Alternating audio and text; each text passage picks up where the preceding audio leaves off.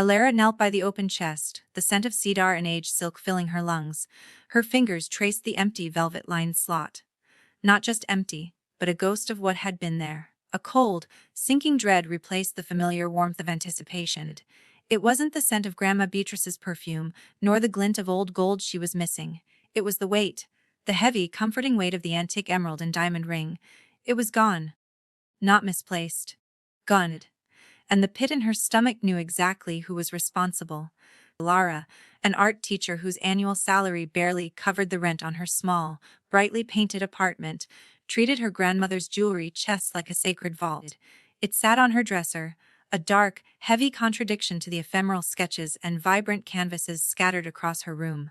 The ring was the star of this private treasury. The emerald, a deep, slightly cloudy forest green, was cut in an uncommon cushion shade. Flanked by two sharp, brilliant, cut diamonds, Grandma Beatrice had worn it every day and had willed it directly to Elara, saying, "You're the one who sees the beauty in the quiet things, darling."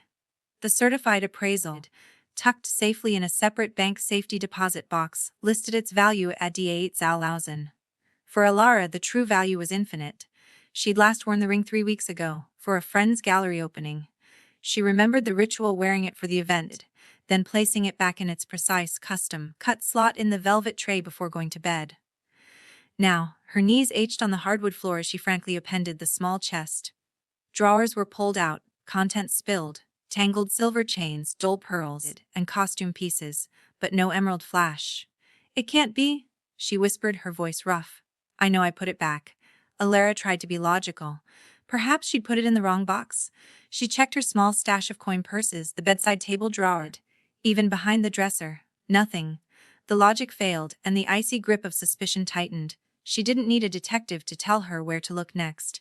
She only needed to think of her sister Chloe. Chloe, 2 years older, was Elara's opposite. She pursued fashion design, a field of high glamour and often higher debt. Chloe was brilliant, magnetic, and profoundly impulsive. She lived on the razor's edge of her credit limit, constantly pitching, producing, and partying.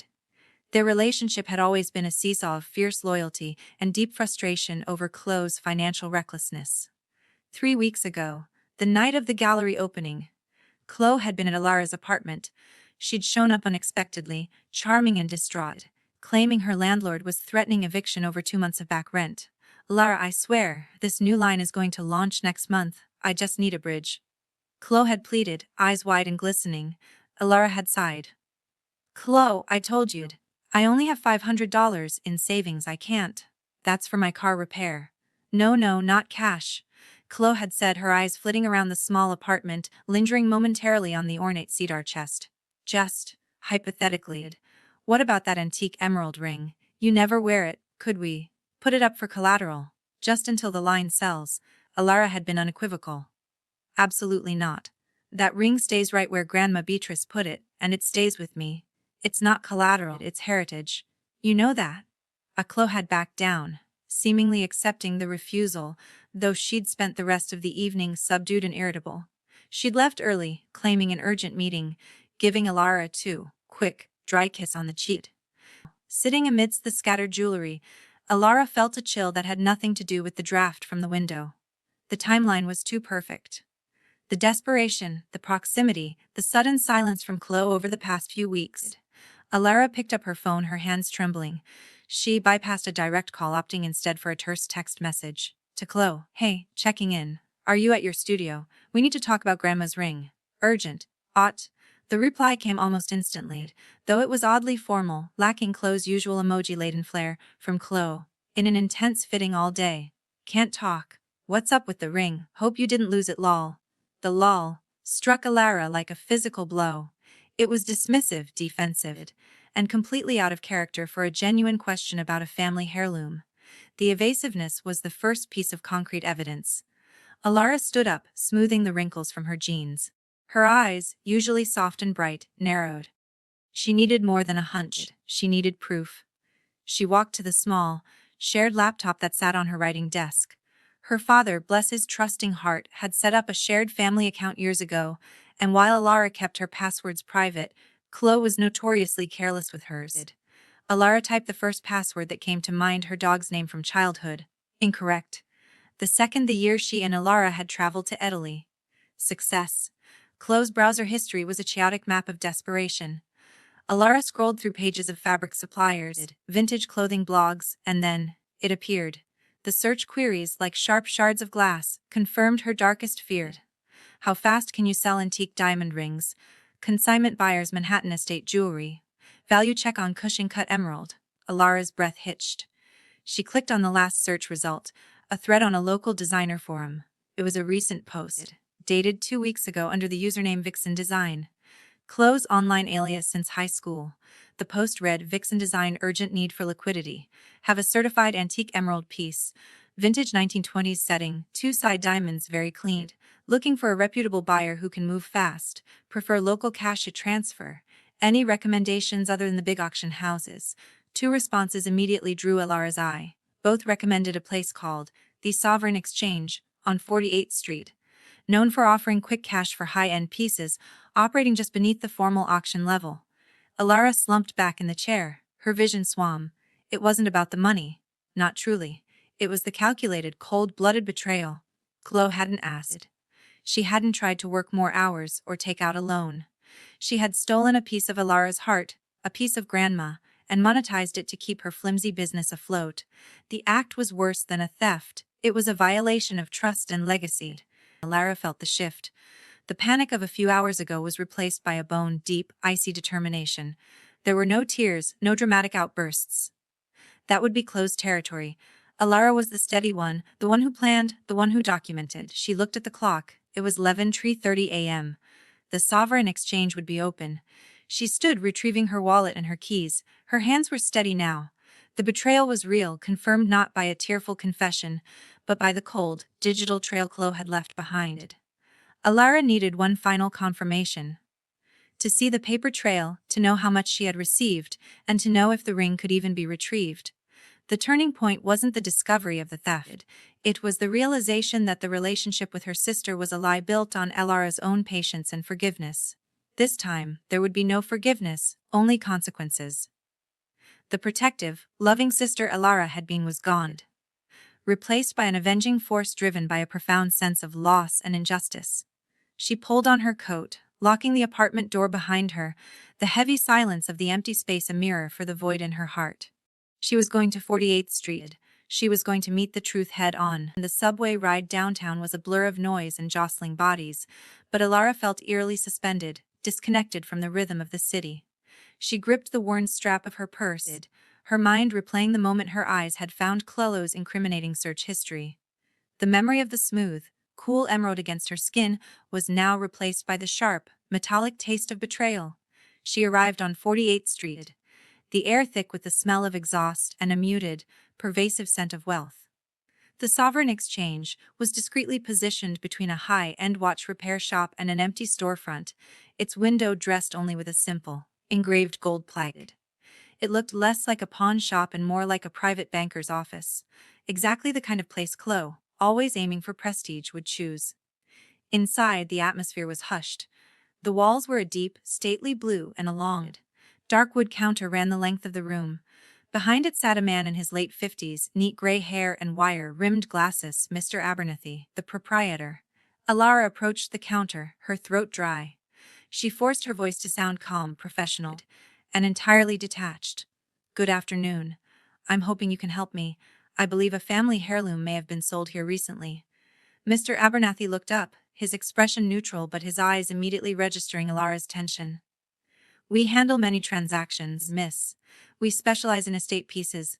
Can you be more specific?" Elara took a deep breath. "Yes, I'm looking for an antique emerald and diamond ring.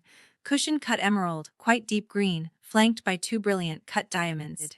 The setting is a unique 1920s white gold filigree. It was sold here, I believe, sometime within the last 3 weeks, by a young woman." Mr. Abernathy adjusted his glasses. He seemed to deliberate, his gaze sweeping over the counter, perhaps judging Elara's demeanor. "We are very strict about our privacy agreements. I can't confirm or deny any specific transactions. Is this a matter of dispute?" "It is a matter of inheritance and theft," Elara stated plainly, leaning slightly over the counter. She pulled a laminated card from her wallet. "Not the full appraisal, but a high-resolution photograph of the ring taken for insurance purposes, clearly showing the unique setting and hallmark. "This ring belongs to me. It was not the seller's property to dispose of. I have the documentation to prove ownership.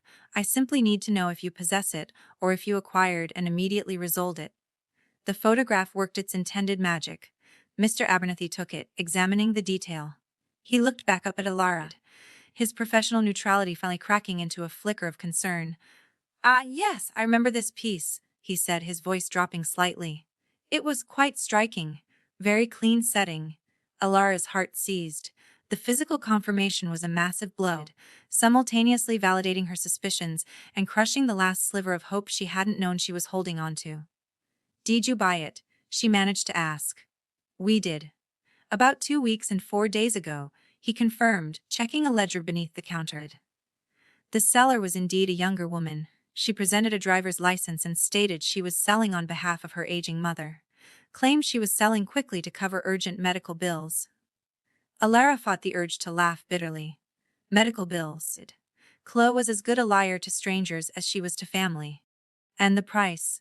We offered a fair market rate for immediate liquidation, $6,500 and 6,500 cash." Alara's jaw tightened. Chloe had settled for less than the appraised value, accepting a quick, desperate payday. "And do you still have it?" Elara asked, her voice barely a whisper. Mr. Abernathy closed the ledger with a quiet thud. This was the key escalation, the point of no return. "Miss, that is the unfortunate part," he said regretfully. "A piece of this quality does not sit on our shelves long. We have a very particular clientele." He paused, looking directly at her. "It was resold 2 days later to a private collector who lives out of state. It is already gone, shipped discreetly to its new owner." The air seemed to rush out of the room. Elara felt a wave of nausea. Gone. Not just stolen, but completely out of reach, swallowed up by a complex chain of commerce. She had arrived hoping for a chance to retrieve the ring, perhaps to buy it back or at least leverage the theft against Chloe to get it. Now, that possibility was extinguished. The ring, the tangible piece of her grandmother's legacy, was lost forever. She thanked Mr. Abernathy, her voice shaking, and stumbled out of the shop. She walked a few blocks, oblivious to the crowds, until she found an empty, quiet bench near a park entrance. She sat down, pulling her coat tight, not to ward off the cold, but to contain the rising tide of fury and grief. The pain was overwhelming, a raw, deep cut. She wasn't crying for the loss of Dalot Thalazan. She was crying for the loss of her grandmother's hand, for the history and the promise that ring represented, and for the realization that Chloe had prioritized her fleeting, reckless needs over all of it. But the tears quickly dried, leaving behind a hard, cold core of resolve. The loss was permanent, but the justice did not have to be. Chloe had confessed nothing. Thinking she had perfectly covered her tracks, she had tried to dismiss Elara's concern with a casual lol. Elara pulled out her phone. She looked at the text thread, the one where Chloe was, in an intense fitting. She looked at the number gar 6,500 burning in her memory. The ring is gone, she thought, but the debt is not just monetary, it's moral. The final emotional realization hit her with the force of a physical blow. She wasn't just pursuing a thief, she was pursuing a betrayer, and the time for quiet investigation was over. It was time for confrontation. She sent a new, single, devastating text to Chloe. No question marks, no appeals, just a statement of fact and a demand. To Chloe. The Sovereign Exchange, 48th Street, E6500. Be at my apartment at 7:00 p.m. No excuses. The pieces are all laid out. Elara has the evidence, the valuation, and the permanent loss to fuel her anger. Elara spent the hours between her text message and 7:00 p.m. scrubbing her apartment. Not cleaning exactly, but displacing her colossal rage into physical labor. The apartment became surgically neat, a stark contrast to the chaos roiling inside her. She needed a cold, orderly environment for the messy, emotional explosion that was coming. When the sharp, familiar rap came at the door precisely at 7:00 p.m., Elara was seated at her dining table. On the table lay 3 items, spotlit by the harsh overhead light. The insurance photograph of the ring, the appraisal card stating the value, D8,000, a printout of Chloe's incriminating browser history and forum post. Elara unlocked the door and stepped back, offering no greeting. Chloe walked in, clad in the sleek, expensive black of a working designer. She looked tense, her face pale beneath her usual makeup, but she tried to project an air of injured innocence. What is this, Elara? You're acting completely unhinged. I said I was busy. What is this ridiculous ultimatum about the sovereign exchange? Elara closed the door quietly. The sound was a loud, definitive click. Sit down, Chloe. No, I won't sit down until you tell me why you're suddenly acting like a private investigator.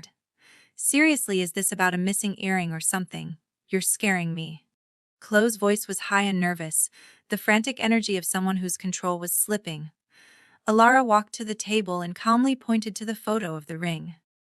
It's about this. The ring Grandma Beatrice left me. The ring you swore you wouldn't touch. Chloe's eyes slid away from the photo. Okay, it's not there. I noticed that earlier. You must have misplaced it. I told you. You should put it in a safe deposit box. Stop lying. Elara's voice was low, flat, and devoid of the warmth Chloe usually relied on. It was a sound Chloe had never heard. It froze her mid-sentence. Elara picked up the printout and dropped it onto the table directly in front of Chloe. It landed with a rustle of cheap paper that sounded deafening in the silence. You want to know why I'm acting like a private investigator? Because I found your trail of breadcrumbs, Chloe. I found the lies you told to a man named Mr. Abernathy, claiming you needed the money for your aging mother's medical bills. Chloe finally looked at the papers, her eyes darting from the printout to the appraisal card, confirming the worst. The color drained completely from her face. Shock gave way to a wave of panicked self-defense. Elara, I was going to tell you. I was going to replace it. My line. It was just slightly delayed. The funding fell through and I was going to be evicted. I panicked. I just needed a bridge. I was going to buy it back. You accepted a $6 of $500 out for a piece of $1,000. Elara countered, her gaze unwavering. You took a discount just to get cash fast. And you were so confident I wouldn't find out that you put the listing on a public forum. You didn't just steal the ring, Chloe. You stole Grandma's memory and used it as a lifeline for your vanity project. Don't you dare call my work a vanity project. Chloe shouted, finally dissolving the nervous tension into raw anger. I'm trying to build a career. I'm taking risks. You sit here safe in your little art teacher bubble, judging me, but I'm fighting for something. You never even wore that ring. It was just sitting here, useless. This was the turning point. The profound emotional shift. Chloe's attempt to minimize the theft and blame Elara's gooseless possession was the ultimate betrayal of their sisterhood. Useless. Elara stood up slowly. Her hands rested flat on the table, her knuckles white. It was the last piece of her Chloe. It was the only thing she gave me with instructions to keep forever. And I told you no. You looked me in the eye, and when I wasn't looking, you broke into my chest and took it. You didn't ask, you didn't borrow. You stole. Tears finally welled in Chloe's eyes, but they were now tears of self-pity and defeat, not remorse. I told you, I'll pay it back, every penny. I promise. It's gone. Elara stated, her voice breaking on the final word, the sheer finality of the ring's disappearance echoing in the room. I went to the exchange. It was sold 2 days later to a collector out of state. You made it permanent, Chloe. Elara's anger morphed into a deep, agonizing disappointment. She picked up the $8 appraisal card. You don't get to just pay it back and walk away. That's not how trust works, and I am done paying for your consequences. Elara shoved the appraisal card into Chloe's hand. This is what you owe me, not $500, $8,000. Because if I were to replace the emotional value, it would cost a lot more than that. The relationship is over until this debt is formally settled. The confrontation ended not in a shouting match, but in a devastating, icy silence. The sisterly bond had been snapped, replaced by the bitter reality of creditor and debtor. Chloe stood trembling, realizing that Elara was not just angry, she was finished with the old pattern of forgiveness. The confrontation is over, and the emotional wreckage is significant. Would you like to proceed with Act 4, Fallout of Consequences, detailing the aftermath and the families? Chloe did not stay to argue. She simply stared at Elara, a strange mixture of terror and wounded pride on her face, before snatching up her purse and fleeing the apartment. Elara listened to the sound of her sister's hurried footsteps fading down the stairs, a hollow silence rushing in to fill the vacuum of the confrontation. She didn't move from the table for nearly an hour, the scent of Chloe's expensive perfume now mingling with the cold smell of betrayal. The true fallout began the next morning with a relentless series of phone calls from their mother, Marion. Marion, a kind but perpetually conflict-averse woman, was already a nervous wreck. Elara, Chloe is beside herself. She just keeps crying. She told us everything.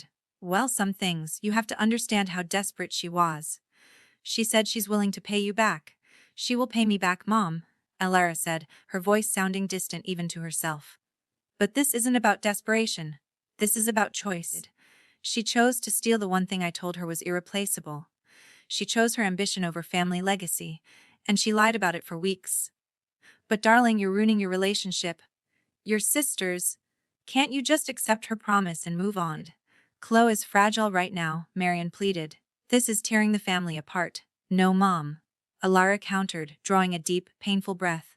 Chloe ruined the relationship when she put a price tag on Grandma's memory. And I am not accepting a vague promise. I need to know you both understand the severity of this.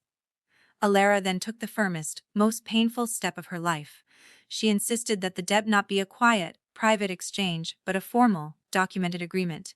She called her father, a pragmatic accountant, and told him she needed a binding document. Dad, I need you to draft a promissory note, Elara stated. It needs to outline the full value of die 8,000 with a structured repayment schedule, say of 400 a month, and a clause about defaulting. I need Chloe to sign it, and I need you and Mom to witness it. Her father, usually jovial, was silent for a long time. Elara, are you sure? That's making it legal. That's treating your sister like a debtor. She is a debtor, Dad. And I'm doing this to protect myself and honestly, to force her to face the true consequence of her actions, Elara explained. If I just forgive it, she'll learn nothing, and she'll do it again. I refuse to be her safety net anymore. The signing of the promissory note a week later was a somber, devastating affair. It took place in their parents' living room, usually a hub of comfortable warmth, now chillingly formal. Chloe sat across the table from Elara, her eyes swollen and red. She was utterly defeated. Elara felt no triumph, only a hollow ache. Watching her sister sign the document felt like signing the dissolution papers of their childhood bond. Every month, on the 1st, you transfer 400 to the account specified, Elara instructed, her tone clinical and cold. The total term is 20 months. Until the final payment is made, my contact with you will be strictly limited to essential family matters, conducted only through Mom or Dad. Chloe, tears finally spilling onto the mahogany tabletop, whispered, Elara, please. Can't we just talk? There's nothing left to say, Chloe. Elara replied, scooping up her copy of the signed note. You made your choice. Now you live with the consequences. The immediate consequence was a severe, frozen boundary. Elara stopped attending family dinners where Chloe might be present. She muted all her sister's social media. When Christmas approached, she sent separate gifts via courier. The sisterly relationship was replaced by a cold, business-like arrangement. Elara's internal fallout was equally significant. She realized she had carried the burden of emotional responsibility for Chloe for years. Always cleaning up her messes, always accepting the dramatic apologies. She realized the theft wasn't the first betrayal, just the most expensive and definitive one. This realization brought a difficult but essential self-growth. She had to prioritize her own peace and integrity over Chloe's comfort. The physical loss of the ring was replaced by a heavy new weight. The weight of a shattered trust and the realization that her sister was not who she thought she was. She understood that the only way to heal was to enforce the boundaries she had finally, painfully erected. The debt is formalized, and the sisters are estranged. We now move to the conclusion. Would you like to proceed with Act 5 Resolution Sin Empowerment, where Elara finds closure and justice? The next 20 months were a strange, elongated period of waiting. Every first of the month, like clockwork, Elara received a notification, 400 deposited by Chloe. There were no notes, no texts, no accompanying calls. The money was merely a digitized installment plan for a monumental breach of trust. For Elara, the money was less about reimbursement and more about the symbolic demonstration of responsibility.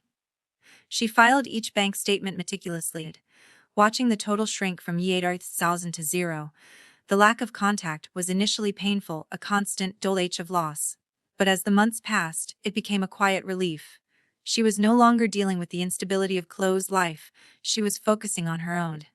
She poured herself into her teaching, started exhibiting her own art again, and found a renewed peace in the absence of constant familial drama. On the first day of the 21st month, the final payment arrived, the remaining $400. Elara stared at the transaction notice on her phone screen. It wasn't a triumphant moment, it was simply a final one. The ledger was balanced. The debt was paid. The promissory note was legally discharged. Chloe had kept her word. But that act of financial repayment could not instantly restore the sisters she had lost. Elara now had $8,000 sitting in a separate account. The value of the lost ring. She considered replacing it, browsing antique jewelry sites, trying to find an emerald that matched the cloudy, deep green of Grandma Beatrice's.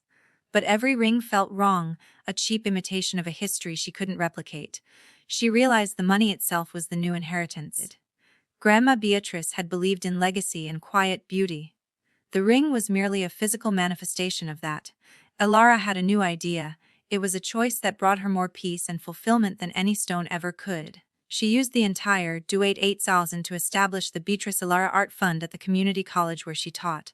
It was a small, annual scholarship dedicated to financially struggling students who showed exceptional talent but lacked the funds for materials and studio fees. She chose to use her full name, Elara, alongside her grandmother's, because this resolution was her own act of creation and empowerment. It was a statement the legacy had survived the theft, transformed by the pain into something generative and lasting. Elara announced the fund's creation quietly on social media, not tagging Chloe, but knowing the family would see it. A few days later, her phone rang. It was Chloe. Elara hesitated but answered. "I saw the post, Elara." Chloe's voice was low and steady, utterly lacking the dramatic edge it once had. "The fund. That's beautiful. Grandma would have loved that." "Wes," she would have, Elara agreed simply, "and I'm sorry," Chloe continued. "I know saying it doesn't fix anything, but I learned my lesson. It cost me more than $8,000 to learn it. It cost me you. I'm taking business classes, Elara. I'm learning how to be sustainable." Elara felt the ice around her heart finally begin to melt, replaced by a quiet, weary relief. "I accept your apology, Chloe," Elara said. "And I see you made your payments. You honored the agreement. That matters." The sisterly bond wasn't instantly restored. It was a fragile, newly mended thing that required care and distance. Elara learned that justice wasn't necessarily vengeance, it was the establishment of respect. She had drawn a line, forced a reckoning, and used the resulting funds to create a positive legacy. Elara knew she might never fully trust Chloe with her possessions or her savings again, but she could trust her to operate within established boundaries. She had achieved closure by separating the memory of her grandmother from the stolen object, and she found empowerment by refusing to be a victim, instead become the architect of a new, stronger boundary for her life. The ring was gone, but the legacy of quiet strength remained.